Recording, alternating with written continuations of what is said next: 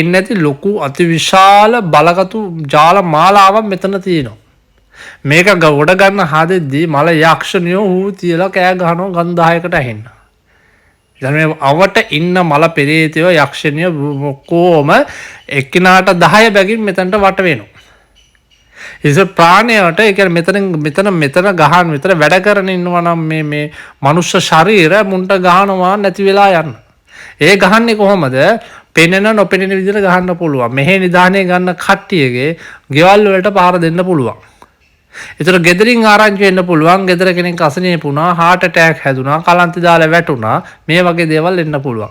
අන්න ඒකයි කියන්නේ ඉදන් වස්තු ගොඩ ගන්නකොට ඔයාගේ වෙලාව හොඳයි නම් ඔයාට බහිරව ලං වෙන්න බැයි නම් ඔයාගේ ගෙදර ඔයාගේ ඥාතියා, ඔයාගේ අම්මා තාත්තා, ඔයාගේ දුව පුතා ගෙදර ඉඳගෙන අසනීප වෙන්න පුළුවන්. මෙතන නෙමේ වස්තුව තියෙන්නේ. මේක සාමාන්‍යයෙන් අඩි 12ක විතර වපසරයක යට තියෙන නිදන් වස්තුවකට අයිති එකයි. මේක කල්ලා විනාශ කරන්න එපා. හොඳ නිදන් සලකුණක් තියෙන්නේ මොනවද? රත්තරන් වගේ දේවල්. හාරනෝ කියන එක මේ නිකන් පස් හාරනෝ වගේ තමයි මීට අතීතයේ තාක්ෂණය. මෙන්න මේ වගේ ඒවා දැක්කොත් කවුරු හරි නිදාන් වලින් ගෙනහලා තියෙනවා විකුණනවා කියලා අඩු මුදලක් කිව්වොත් රයිට්. ඔයාලට මේ වීඩියෝ එකේ සම්පූර්ණ වීඩියෝ එක බලන්න පුළුවන් ASIA Production YouTube channel එකට එන්න. ඒකෙන් බලන්න පුළුවන් සම්පූර්ණ වීඩියෝ සහ මේ වගේ වීඩියෝස් රාශියක් තියෙනවා. ASIA Production YouTube channel එකට ඇවිල්ලා බලන්න. වේද මහත්තයා මේ මම යන්ත්‍රය දෙම්මනේ රාජතරංග තෙල් යන්ත්‍රය දැම්මන් පස්සේ මගේ ජීවිතේ පොඩ ගොඩාක් වෙනස් වුණා. මොකද මම බూరు වලට ඇබ්බැලා ලස්සන සාමාන්‍ය මේ කාලෙට මම ලස්ස 80ක් විතර පරාදයි බూరు ගහලා. ඒ වුණාට දැන් මම කරන හැමදේම මට හරියනවා වේද මහත්තයා.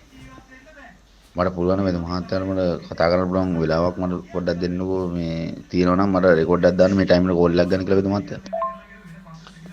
වේද මහත්තයා මේ මට දැනෙනවා මහත්තයා මම මේ මොකද දන්නවද මගෙත් එක්ක ඉන්න යාළුවන්ටත් මම බනිනවා මේ අනේ මම නෙමෙයි කියවන්නේ එහෙනම් මට ඔටෝ මගේ හිතෙන් එන දේවල් තමයි එයා කටට කියවන්නේ.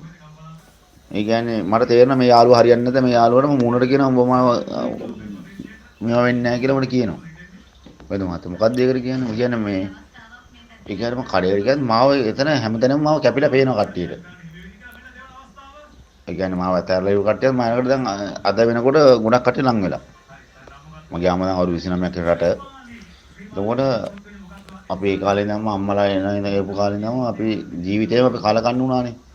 ඉතින් වේද මහත්තයා දැන් මම මේ ජීවිතේ යනකොට මට ගොඩාක් දේවල් දැනෙනවා. මම මොකද වැඩිපුරම බూరు ගහන ලස්ස 80ක් විතර පරාදයි.